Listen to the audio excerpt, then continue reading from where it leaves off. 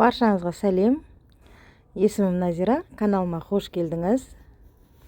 Қыздар, бүгін осындай жылдам дайын болатын таңғы астың рецептісімен бөлісемін.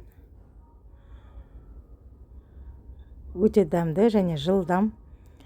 Бір 5-10 минуттың ішінде дайын болады ғой. Сіздің шайыңыз қайнағанша осыны жылдамдатып жасап тастасаңыз керемет дәмді. Видеомды соңына дейін қарап, каналыма тіркеліп, лайк басып қойыңыз. Бұл таңғы асты жасау үшін мен 3 жұмыртқаны осылай жарып аламын да, жақсылап араластырып, үстіне жарты шай қасық тұз, жарты шай қасық қарабұрыш, жарты шай қасық паприка, сосын кішкене укроп болмаса, жаңағы петрушка, көк пияз бола береді. Қосып араластырып аламын. Так, бұны дайындап алдым. Енді бір батон нанды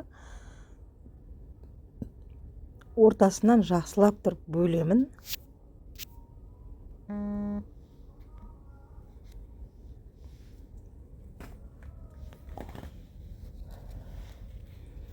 Осылай бөліп алам. Ой пікіріңізді комментарий бөлімінде қалдырып қойыңыз, жарай ма?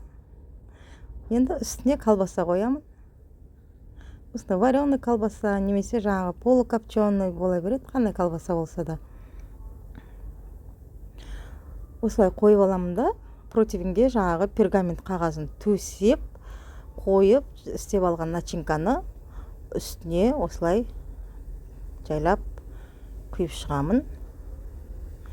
Видеода көріп тұрғандарыңыздай жасаңыздар, өте дәмді болады және тойымда.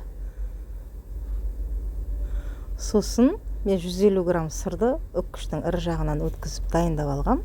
Сол сырды бетіне осылай себелеп бетіне саламын.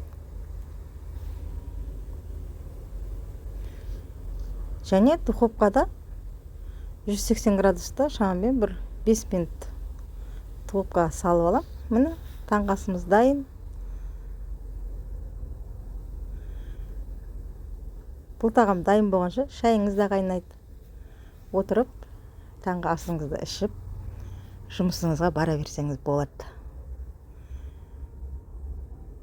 Мінекей, керемет. Өте дәмді болады. Міндетті түрде дайындап көріңіз. Видеомды соңына дейін қарап, каналыма тіркеліп, лайк басқаныңыз үшін рахмет. Айтпақшыдай, рецепт ұнаған болса, достарыңызбен міндетті түрде бөлісіп қойыңыз, жарай ма? Менің арнамда күнделікті осындай керемет дәмді рецепттер шығатын болады. Менімен бірге болғаныңыз үшін сізге көп рахмет.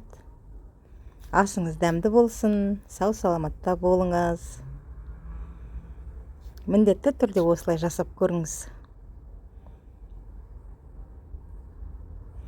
Өте дәмді.